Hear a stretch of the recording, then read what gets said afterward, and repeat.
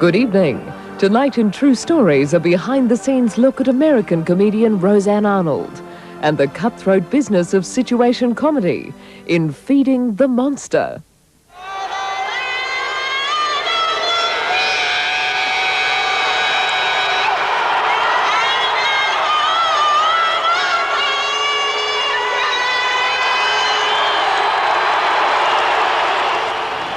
My reaction is it was disgraceful. Feed me.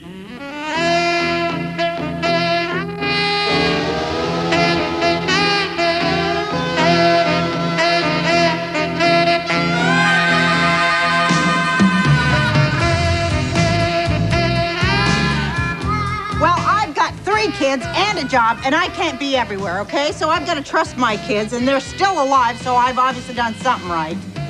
So now you're a better mother because you have more children? Yes.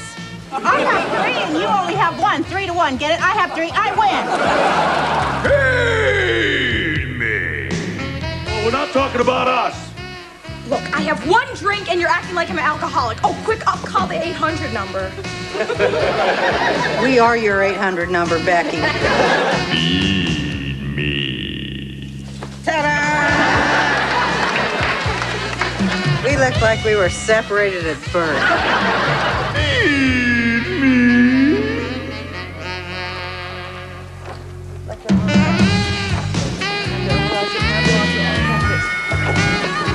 Here we go, Bob.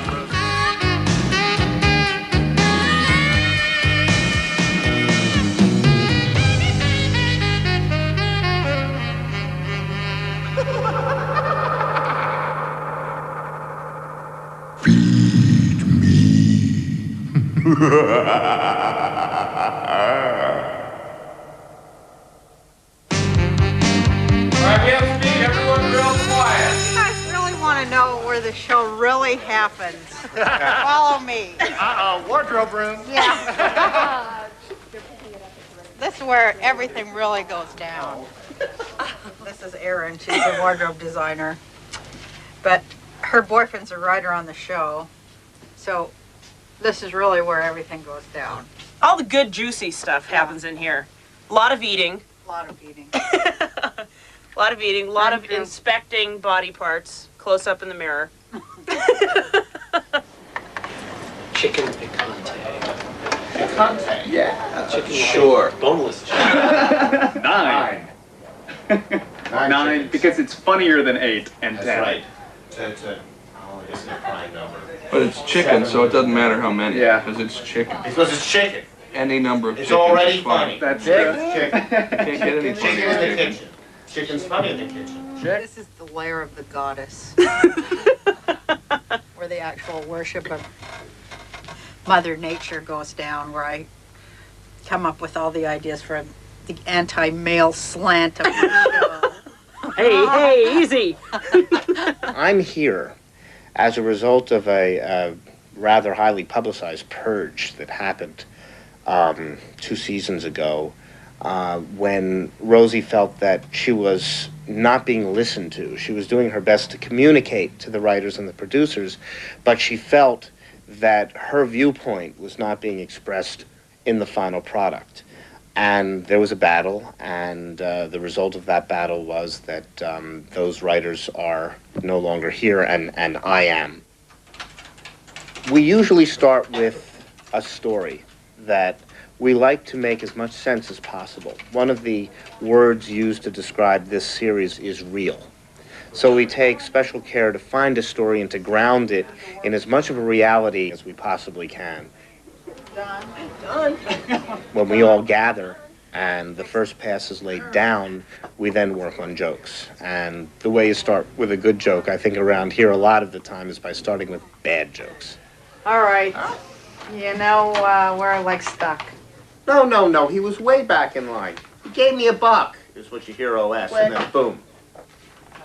You're being asked to write There you go. for this show 25 plays in 40 some odd weeks. And you want each play to be something admirable. And the time is ridiculous. I mean, a playwright, if he were to write a short 2-act play, would have months and months to write it, and then he'd take it out of town, and he'd have the actors do it, and he'd watch it, and he'd watch it, and he'd hone it and whatnot.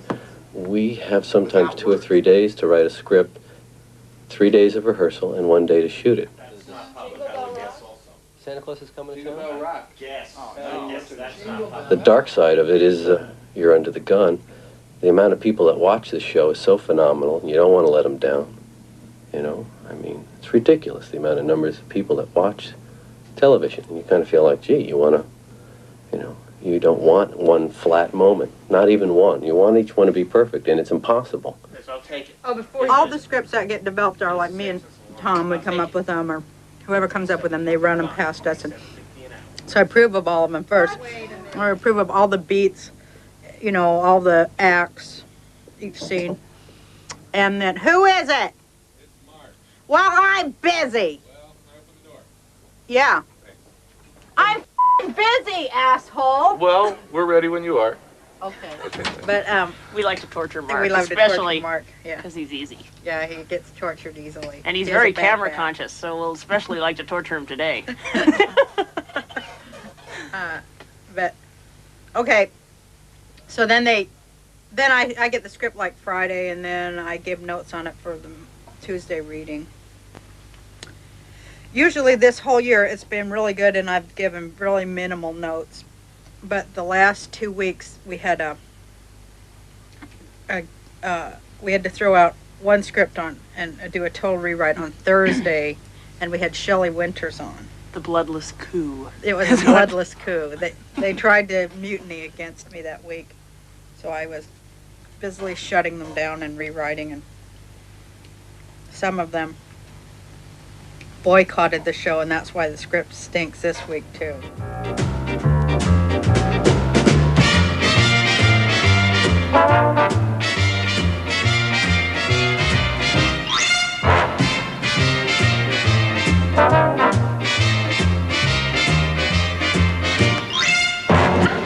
What's the matter, Dawn? Did you have a rough day? How did you guess that?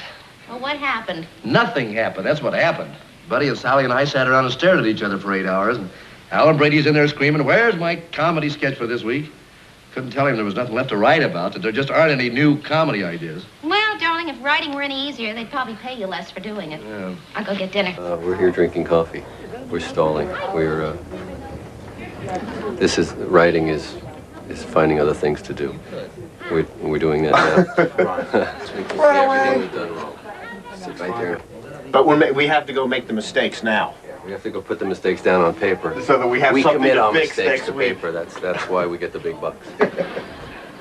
Roseanne's going to be Santa at the mall, which frightens all of us.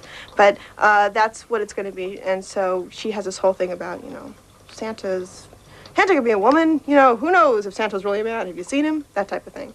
So basically, that's what we're shooting for. Now, by the time we tape it, who knows what it'll be. But at this moment, that's the plan. That's what we've laid out, and that's what we're all hoping for. All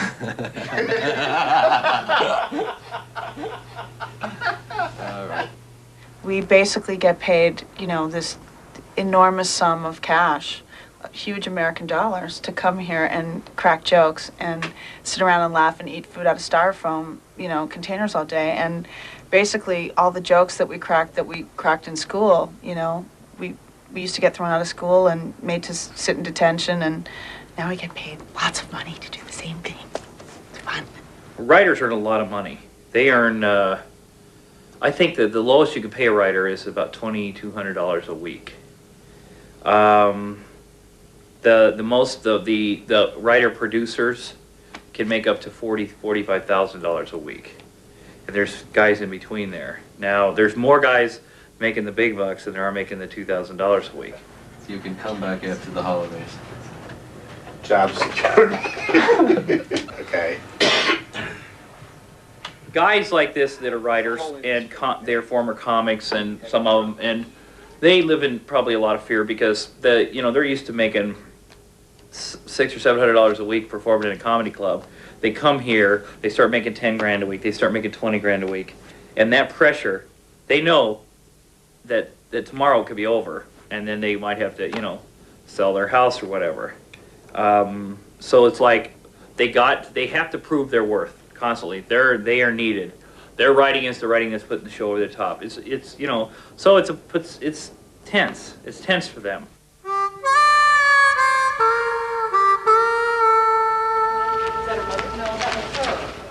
Santa Claus, Act 1, Scene 1. We're in the living room, it's evening, Rose and Dan are on the couch, and they're ready to snap at each other, as Dan says. I'm starving. Did I not get the right script? We're all starving, Dan. Well then, go in and help your sister with dinner. She won't let me. She's trying to do something nice for us. And we just have to sit here and take it?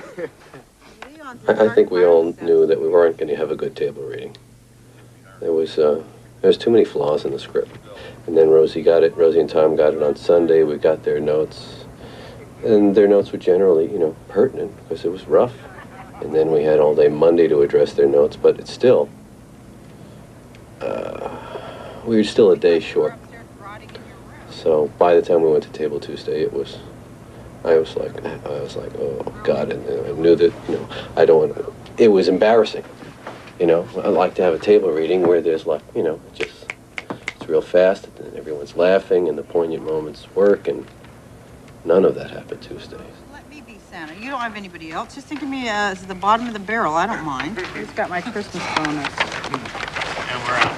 Oh. There's a hermit named Dave. The old limerick. Really? Wow. That's a surprise. I bet it won't be. We're gonna go talk, and then we'll give us about 5 and come out.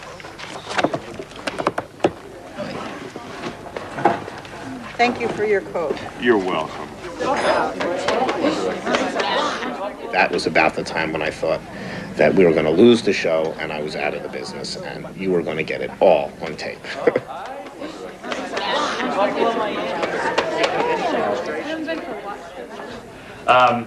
I think there's some real problems with The whole form, it stinks. I hate it. I think it's got a lot of potential though. Yeah, right. Like everything else on Tuesday. I bet it's good on Friday. Should be better on. This isn't even good enough to be a first draft, and I got 4 days.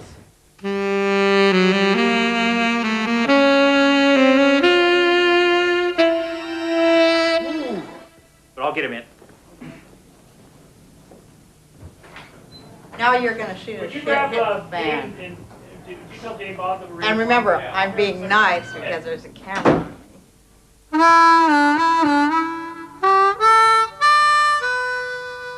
out that discrimination and make it pay off over here, because that's a good joke about Yeah, how there's, women do all the work. if we take it off before, it's going to pay off much better here because we've heard that'll that. do that, and then make it funnier over here on why, not funnier, but give me a better reason to want to be Santa. All right, Keep here's saying the money. Well, he can ask me. Right. Because he's having trouble, you know, this particular episode, and really like this different kind of Santa Claus. And it's too mean, and it's too sarcastic, and it's too, hey, you know, it's too Mac the Well, okay, which scene? Well, I want to relate to them as a woman or a mother. You're relate talking to about children. in the second act? You're talking about going back and forth? No. Wait a minute. No, I think we just lose one. Here's what I was pitching. Let's see if I'm on target here. Am I speaking English? Yeah, well, It's a little bit broken. What I'm saying is that it's wrong for her mother to push her into this preconceived role. And in this That's the comment. in this I one want. statement, you're going to change the kid's life. should we start? No, but I No, don't no. say it. I see think. that. Well, But should we start? It's like being on a kid's side Right. against your parent, but not really against your parent. It sounds like don't let anybody else tell you what you want to be. you could be whatever you want. You name it, and that's what you'll be. And the kid says, "I want to be a tree," or something. You know. That's what Jenny said. I know. That's what I'm daughter thinking. said I want to that be same tree. thing. Well, No, Or she something, said also. she wanted to be a dancer and a cow. I want to be a dentist and a cow. Okay. Okay, that'd be good. Okay. And then you would have a line on that, and that would be the run. Okay. Okay. Okay. Okay, that'd be good. Okay. Yeah. You may as well rehearse it. Anything that you hate, don't rehearse. Okay. Okay. So don't rehearse. So I'll show you the scene. Well, I have to go to the bathroom now. Do you want to go in there with me? She has a way of putting her finger, you know, directly on troubled areas. I mean, kind of jump starts us into because you get so close. I mean, Bob especially. I mean, you've seen examples of how long and hard they work on these scripts, and you sometimes get so close to it that you can't see the forest for the trees, and you need a fresh eye like Roseanne's, and it's something I try to provide as well, to stay out of the process and react to the material a little bit later with a fresh eye. And it kind of it's always helpful, and always, as you can tell, always constructive, and always yeah, a big energy flow. Yeah.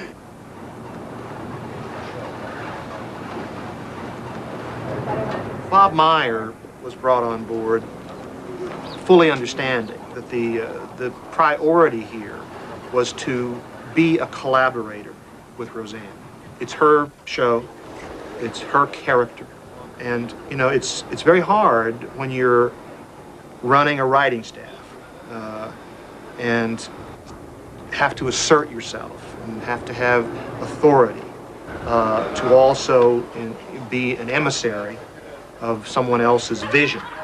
And he's found a way to do that beautifully, and not only put her ideas on the page, but embellish them and make them better and make them sing.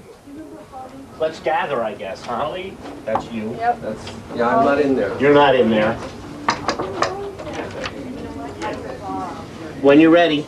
I think that the morale of the writing team is, to me, it's the most important thing. Sometimes they can hear things. Remember that they're incredibly invested in an episode even before I go in for notes with Roseanne and Tom. So they sit back here, and they're not privy to what I am getting. They can only speculate. So they sit in a room and they say, oh, he's been there for a while now. Oh no, it's all falling apart. Okay, let's try to fix it. Oh wait, but we don't know if it's broken yet. And when I come back, they're a massive insecurity. The whole thing, and there's a taste of what you'll see in the second act. Yeah. I think that, and I think the script was better than the reading, and they had some very specific notes through the course of the show, scene by scene, and there are some changes, but I don't believe that there are major disruptions to any of it. So You'll be here late, won't you? Yeah. You'll be here all night. It'll be good. Yeah. This is Don Foster. He used to be my husband's roommate. He was my husband's roommate in Minnesota, Minneapolis. And it was 6 men living in the, and that was another one right there, Sid. Get a picture of Sid. They're great writers, and Rosie, we brought them on the show. And, yeah, because they were all kind of left also. That's true. That's very true. And they're left out. Yeah, left and left out. All unemployed guys. But we really funny. Yeah, and we try to, because a lot of the guys, some of the guys have never been in the Midwest. The people have lived in California or New York, and they have no idea what's going on. And they tend to comment on rather than do. Even in their writing, it shows that they're commenting on this subclass of people that they really have no idea, have no idea who they are, what they're about, or anything. But they're like, but it's really frightening, because then that, like when I look at their writing, I sometimes can tell what they're writing about is other working families that they've seen on television. Yeah. Not real people. I mean, this world out here is like a mirror within a mirror within a mirror world. Would you? Hey, do you want to sit on my lap too? You have the right to remain silent, but you'll get no presents. Come on, it's Sal, you okay. can talk to me. It's all right. It's all right. It's all right. Maybe it's too soft for me. Mom needs something. Oh, loved us a week ago. I don't know. Tell me you want to be a prima ballerina. I'm going to start dressing like this every single day. Together. Just another. Every holiday I dress in drag. What else is new? Yeah, like if men can do it, so could I. What I really like is the 10-carat diamond ring, which Santa gave himself as a little Christmas present. Ice is plentiful. Having Mrs. Claus is a nice gesture. Okay? Then, we had this before. Yeah, you pitched a joke. What was that? And it was really funny too. What, on the not wanting children to give bit? No, it was an joke about Jackie. Nobody cares about Mrs. Claus. Good, then it's perfect for my sister. Yeah, right. Good, that's perfect for Jackie. That's perfect for Jackie. Yeah. The most important thing is not that how funny these writers are, it's that they understand Roseanne's character, and as well as the other characters in the show. To me, the important thing about getting them is that they're so new that they haven't been beaten down yet into the whole sitcom form, which is so boring that you just want to tear your eyes out. They still have some spunk, is the word? I don't know. Our next performer is a gentleman that you've seen on camera, and he's as good on camera as he is behind the camera, and writing and helping get Roseanne, the show, on the air. Just a simple, plain, home-fed kid from Iowa, ladies and gentlemen. Please put your hands together and welcome Mr. Tom Arnold, ladies and gentlemen. Tom?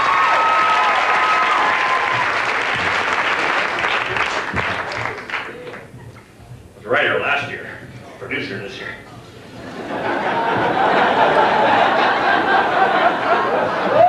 Well, I don't know if you know my story. I worked in a meatpacking plant, met a famous woman, get a lot of jobs.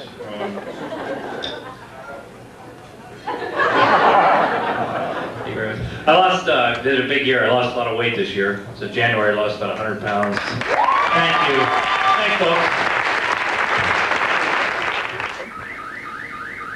Do it in 3D. Do it in 3D.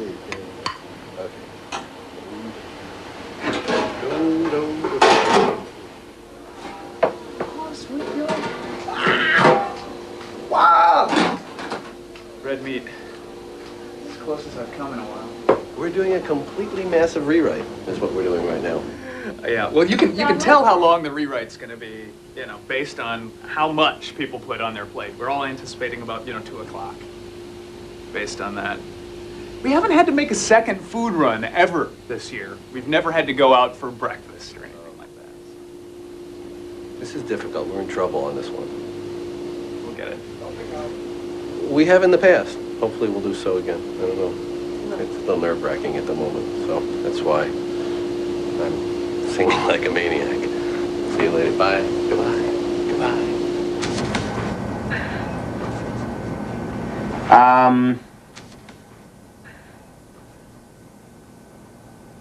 And we will do a flash pop at the end of Crystal. Instead of. Together, and welcome Roseanne Barr. I hate it out here. I hate it. It's awful. I hate this town. It's just awful. I don't fit in here, in case you didn't figure that out. I don't know. It's just really weird. It's really weird, like this new world. I don't know. I don't know. Like, before I got famous, like, I lived in this trailer and everything, it was really awful, so I worked really hard to get out of there, and now I make TV and movies, so what do I do out there? I sit in a trailer.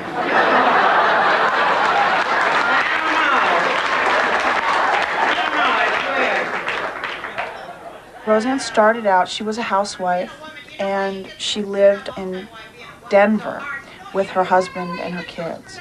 And she started working as a cocktail waitress. Guys would come in and order drinks, and she would just give them, flack. And she just started, cracking these jokes. And then it became that people would come in to really see her because she said everything that women weren't supposed to say. No one had ever seen it before. She just took the comedy world and turned it on its ear. Well, and everybody at these parties, nobody's interested in having any kind of fun anyway.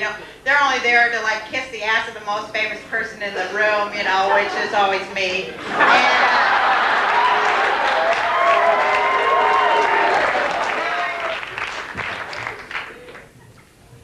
I haven't a clue what's happening in the room. We're sitting in there so burnt out and so unfunny at this particular moment in time. And it's just taking forever. We have nights like this, but not very many. And this is one of them. You're here at a banner week, let me tell you. So, we're just trying to come up with jokes. Do you know any? Can you tell me a joke? It's just... How many men here is planning to drink a lot tonight and get really, really drunk? That's cool, though. That's really cool because men drunk in public, well, everybody's just okay about that, aren't they? They're just okay. They just don't think it's any big deal whatsoever. Everybody's just like totally okay about it. They're like, oh man, look at Frank. Oh man, is he up. Oh, he's drunk again. He's shit-faced. Look at that. Oh, look at that. He's got his penis out on the pool table. Nice shot, though, Frank. That's Frank. What a card. What a card. You know, they're just okay about that, but women drunk in public, now everybody just freaks out when, you know, women see women drunk in public. You know, because there you are at this party, you're having a great time, you're all drunk and everything. You're over there in the corner dancing with your dress pulled up over your head, just having a great time, you know. And everybody's like, sad, isn't it?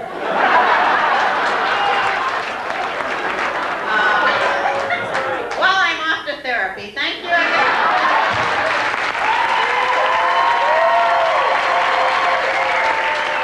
That's the best thing that the most fun that the thing I like most out of everything that I do, more than anything, I like that, because you can just say whatever you want in front of people, and I love stand-up.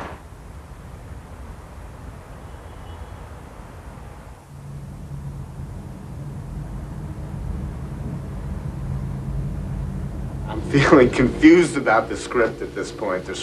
For me, there's always like this middle section of I don't know what I'm doing, and then as time presses and desperation sets in, it's a lot easier to see the light at that point. And I'm hoping that that'll happen. Oh, not too late. Sometime soon. I think Jennifer had a good pitch on that last one. Oh. We are in hell, which is a term, writer hell, which is a term that we use around here to describe a state, I think, where we can't see the end. You know, it just all looks like work from here to eternity.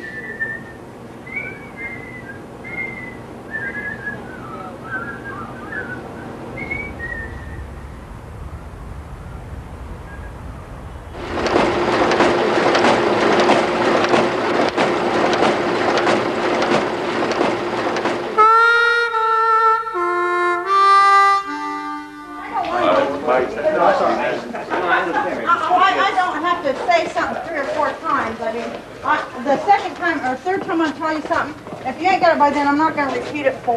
Well, I want you to have what you want. Well, why didn't you do what I told you to do then? You did not. Every once in a while, I think, there is a flashback for her to the old days and the fear that at any moment I'll turn sour, that I'll turn against her. I recognize that my job is to process that and to emphasize it, to make sure that I understand it, so that I can offer her the constant reassurance that I am there to translate her notes onto screen. And so every once in a while, she'll need to just state it loudly.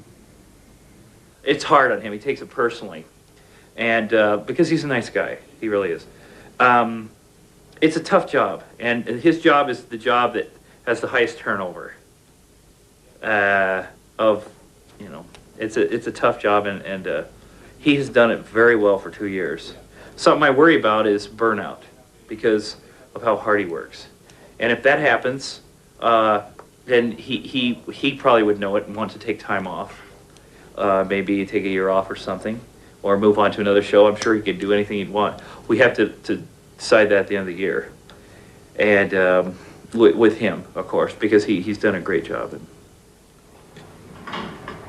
It's possible that I could be gone from the series. That is not without historical precedent here. It's perhaps a little remarkable that I'm still here.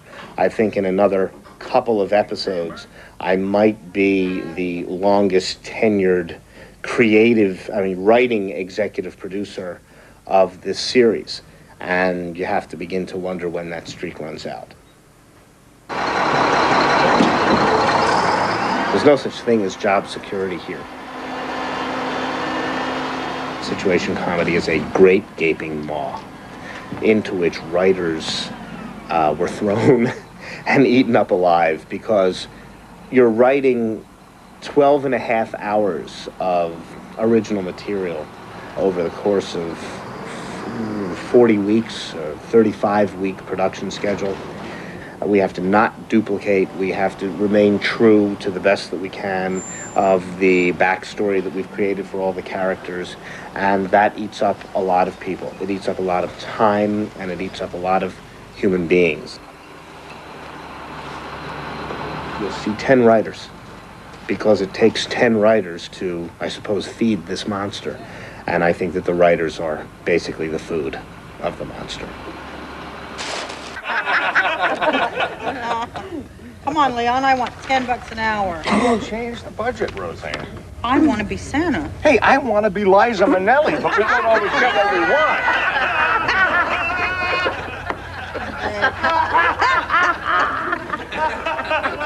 That's a great one.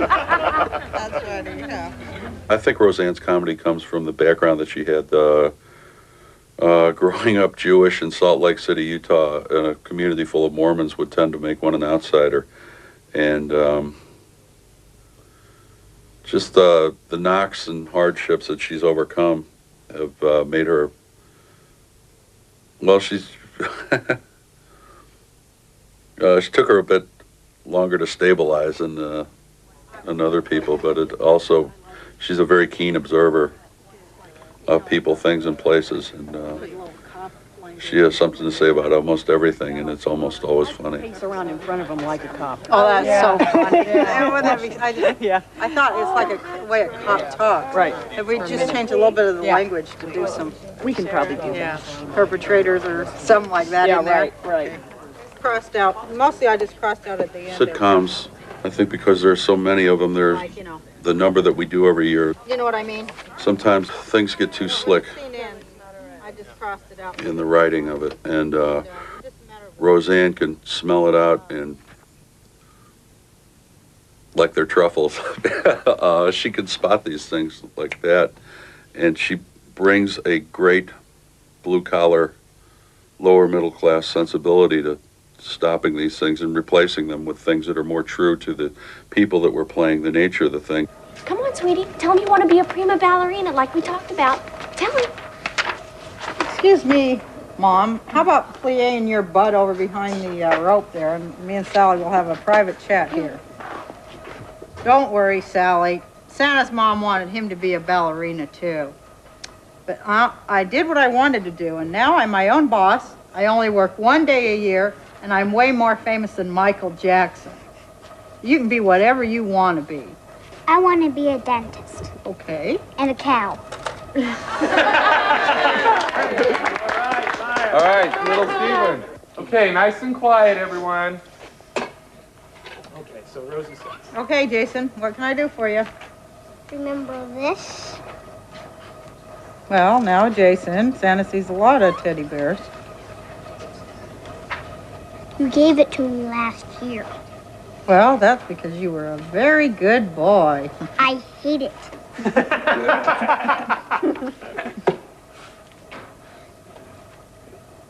I wrote you a letter. That's for a truck. I wrote you a letter and asked for a truck. Now, Jimmy, Bradley, you can be sure that after you say... In everyone's life, you know, you've got your situations that are, whether you've had some abuse in your life, and I think everybody probably goes through some growing up, you know, whatever, in relationships. And laughter is something that really has gotten us through a lot of stuff. I think works, it doesn't cure you or it doesn't make everything right, but it gets you through a lot of moments.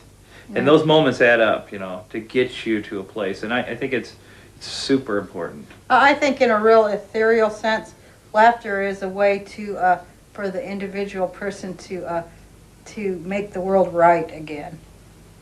I always think of that word nemesis, but it's the way to, I think it's the way to remember what we laugh at is what's ridiculous. And sometimes what's ridiculous are things that we truly believe down deep. So it's like a cathartic way of making the world right. I think it's very morally important too. And you got these, no matter what, to be able to laugh at yourself and the things that have happened to you, it just kind of eases it. And it brings to your own attention that these things happen to you. If you make fun of your childhood, if it's awful, you got smacked around, well, even if you're doing jokes, you're kind of bringing it up for yourself. So eventually, hopefully you'll deal with it. It's a real healing thing, yeah. Yes. 3, 2. Here we go, Jimmy. There you go. Jackie, this kid wasn't next. Sure he was. He was way back in line. He gave me a buck.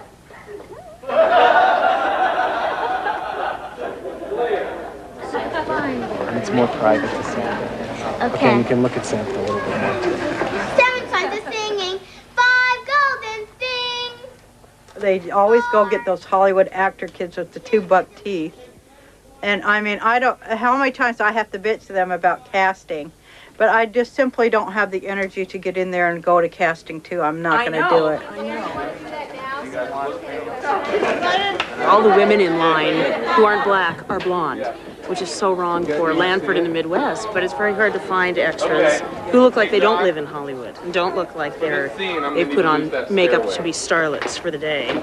So we're trying to disguise their hair with hats and scarves and anything that makes them not look like, you know, the next Fay Ray. Did you read that article? Scenes to deal with today, which we have never even read or rehearsed together. He's nurturing, he's gentle, he loves children. I do that all year. So let me love and give and nurture. Okay, thank you. Oh, Jesus Christ. I'm driving everybody's What's the deal? He's coming out to give some notes. This man's got it. That's all.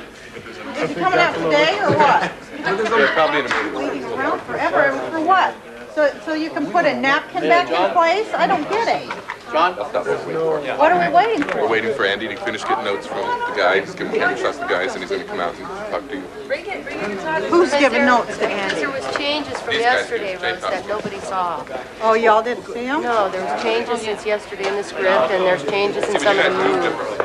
So it's like reblocking almost again. I know. It's a pain. I wanted to cut like the rehearsal time by almost 2/3 because you're doing a 22-minute show that's about comedy. Well, comedy has to feel fresh and surprising to the person delivering it, or it's just not funny. A lot of these shows around here, sitcoms, well, they'll start filming and they'll film for 7 hours, take after take. Well, it just beats you down, and I just make them do it twice at the most, and then on. I'd rather have something on TV that's very rough, and I think that it's rough is what makes it fresh. I like the rough edges of it really a lot. I really like that, and I really like that the actors don't know what word's going to come out of their mouth every single second, because then and it's almost like live television. And I just think that's what gives the show, you know, the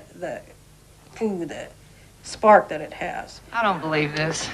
What'd you get, Walter? I don't know, and I don't care. I'm not opening it on principle, because this whole Christmas thing is way out of hand. Here we go. It's unbelievable. They're up there for 20 minutes, and it looks exactly the Well, they same. got to justify their jobs here. By the way, CJ says you're not coming to the pig festival now.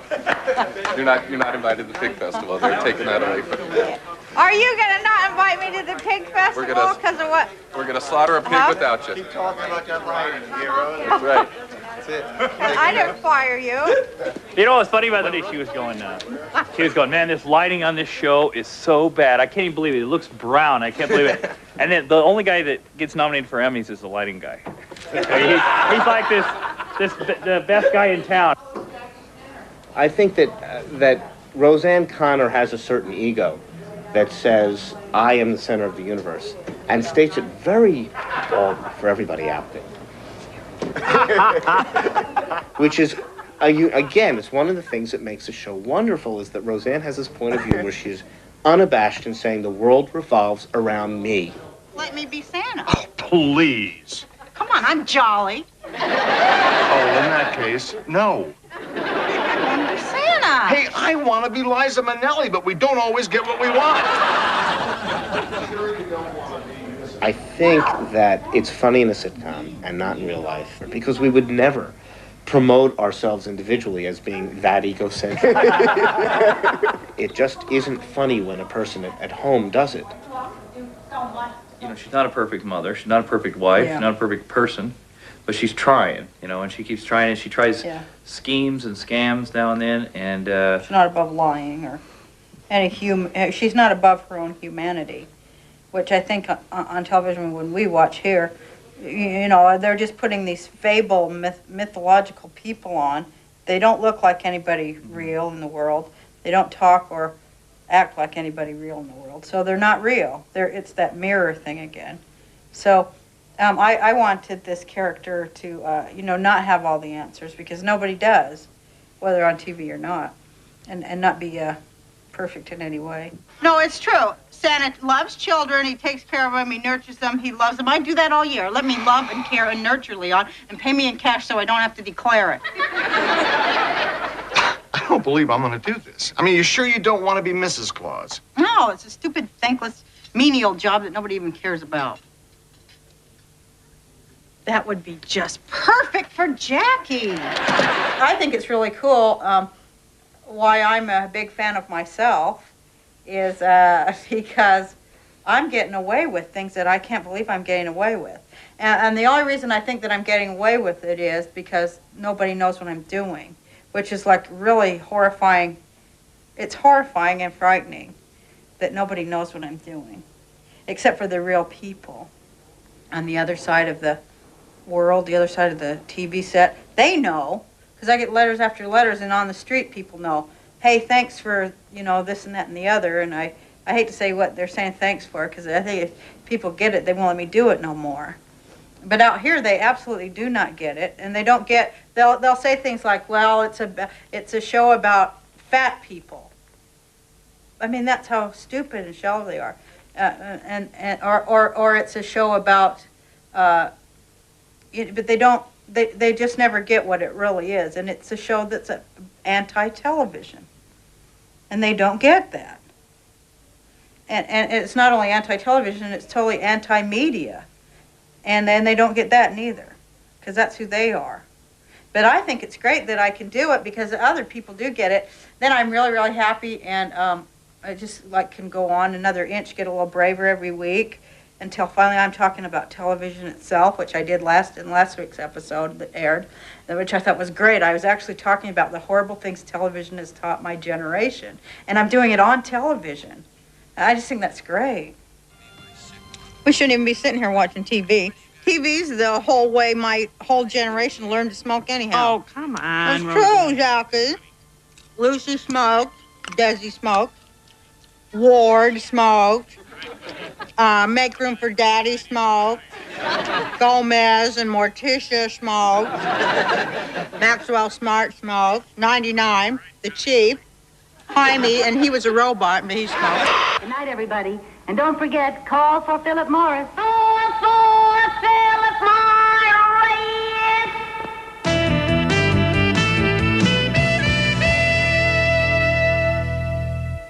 6 o'clock on Friday night. I think the show looks in good shape, and looking forward to the audience coming in and telling us whether or not we did a good job. This tattoo here, that one is. Or no, it needs a little bit more work to have a little more color added to it. And then what about this one here, honey? Well, I think that's too low. Did I show my other ones before? Have I showed you my many tattoos? Did you see that? See, this is what I turned Jewish, so I got this one. That's Rosie there, and I've got a bunch of them on my arms and stuff. Let me see if I have time to show. I'll show my tattoos. So, let me see. Oh, down here. I show this one here. That's it without being naked. That's there. That's a Grateful Dead. It's a band from America. So I don't really like them since I quit using drugs, but I did tell my wife I loved her at a concert, and that's a Rosie. And I have it on my butt too. I'll show you that. I won't show the butt one. Oh, come on. Come on. All right, I'll show Come you. on, do it. Come on, for England. My butt. For the Queen. For the Queen. There it is. It says Rosie right there. That's her name. Right there. Rosie. Well, right there. I don't want to look. Okay, show it, honey. It's the wrong side. There. Oh, I There it gotta is. put my stuff down too low for it. Here, let me I'll see. hold this up. Well, Here, I'll help you. don't make it look like I'm mooning. Okay, here, see. Okay, turn around this way. See, property of Tom Arnold. That makes me the 4th largest property owner in California.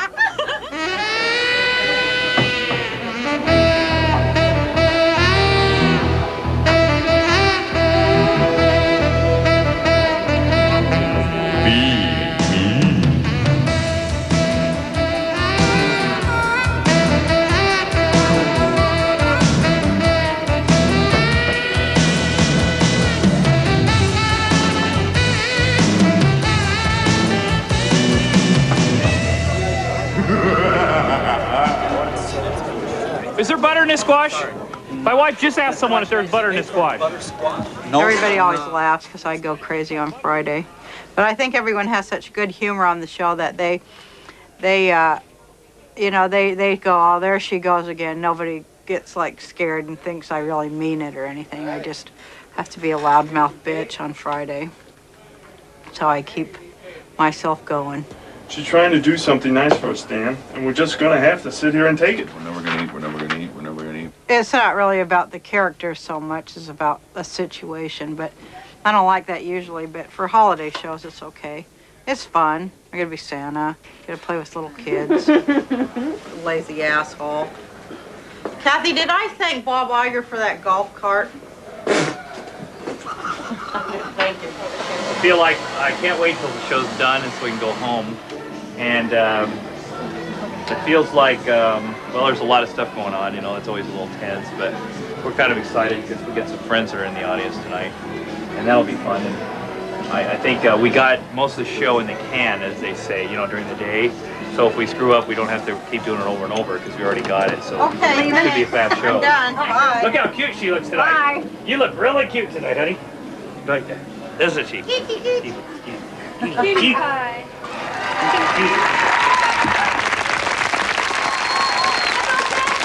Roseanne Arnold!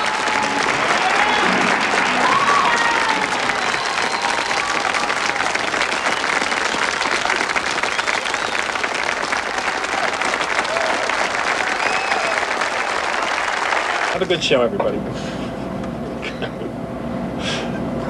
Let's go, Mark. In 5, 4, 3, 2. Hey, Becky, what's doing? Oh, everything. What does that mean? Well, Mark just gave me my Christmas present a little early. What'd he give you?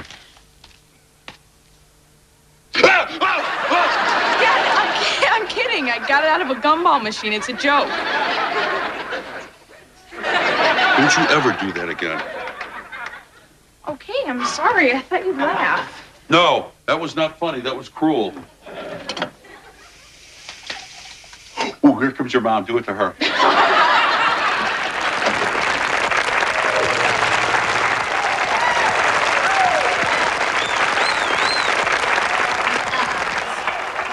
By the time what comes on stage is such a group effort that if you got maybe 60% of what you wrote initially in there, you know, it's like, that's like batting 1,000.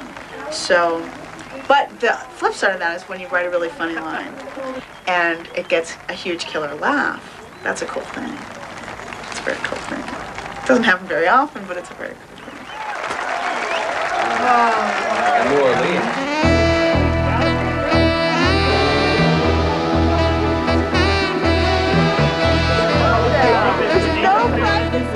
None whatsoever. Never way, girls. How's that? We'll do the whole thing, Andy. Okay, from the top. Let's reset from the top, gang. I'm not doing it. Honey. Not. We're gonna do it again. Oh, I hope they do the whole thing. Okay. Well, we're completely out of control at this point, so we just watch. It's a wing and a prayer. Yeah. We're in a plane where the pilot has had a heart attack and we're just sitting in the back drinking. That's what we do now.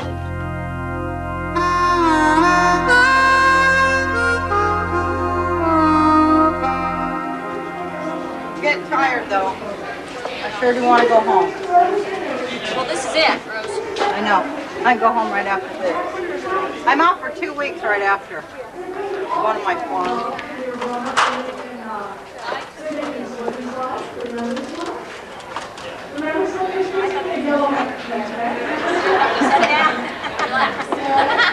So I'd rather get up there and tell jokes than act. Although this is kind of fun. All right, here we go. It's fun, but you have to do it over and over and over. When you tell jokes, you just have to do it once, you know. You can do whatever you want. You don't have to have people telling you when to do it. I get sick of that. But you make more money, I guess, on TV.